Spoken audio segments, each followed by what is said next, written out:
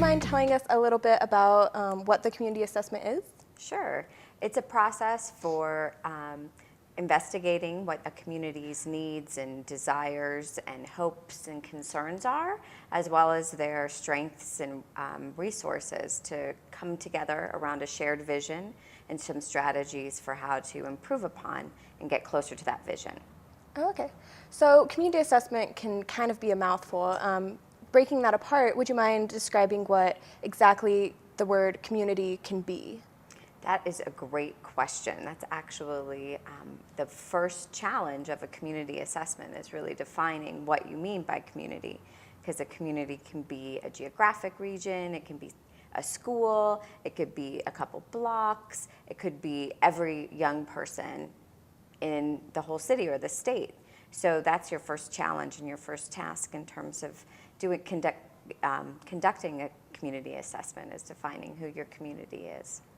So do you have any tips about narrowing it down? Like, is it better to have a wide range of community or a smaller one? I mean, this project is really big and you do have a lot of time. So what would be your tip about defining community? Well, my tip would be to do something that's manageable and defining community in a way that is feasible to make a change. Because if we go too big, oftentimes then we're not meeting anybody's needs. So we want to be focused and clear without leaving folks out. So just being clear that what the community we're addressing is a community we can really engage in the problem identification and in the solution. So what is the purpose of a community assessment? The purpose of a community assessment is to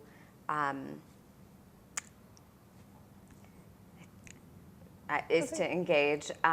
To engage a variety of stakeholders in identifying what some of the community's concerns and needs and gaps are, as well as to come together for a shared vision of what they want the community to look like, and to develop some strategies for addressing those concerns and those hopes. So how does one go about doing a community assessment, and what kind of tools do they need? So there's lots of tools for conducting a community assessment, but the first one to use, no matter what the topic is or who you define your community as, is to look at the community's existing data. There's so much data that already exists, and a group should start from that spot. It doesn't cost anything, and it doesn't take much time to do the data collection. So we should start with what already exists. Government, schools, foundations, research institutions all collect a lot of data, a lot of demographic data, a lot of economic data, a lot of health data, a lot of school performance data, juvenile justice. There's tons of data that's already collected on the community.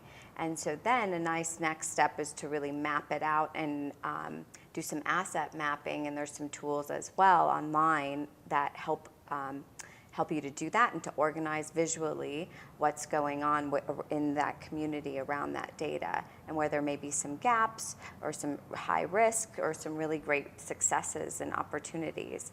And then once you see what kind of data you already have and what questions you still have around what the community's needs and interests are, then you may want to use another tool like a survey, interview, focus groups, community forums, photo voice. I mean, there's tons of different kinds of tools to gain perspectives and a variety of insights from a variety of stakeholders. So thank you, Amy, for coming out here and sharing these amazing tips and advice and defining what community assessment is. You've really helped a lot. As a final question, is there any encouraging words that you would like to say to the producers and film crew out there who are part of Ready, Set, Action? Yeah, this is an exciting process, and I'm really looking forward to seeing all of the great work and change and action that you all are inspiring your communities to be a part of. Thank you. Okay, well, thank you. And you guys can find more on our website, readysetaction.org.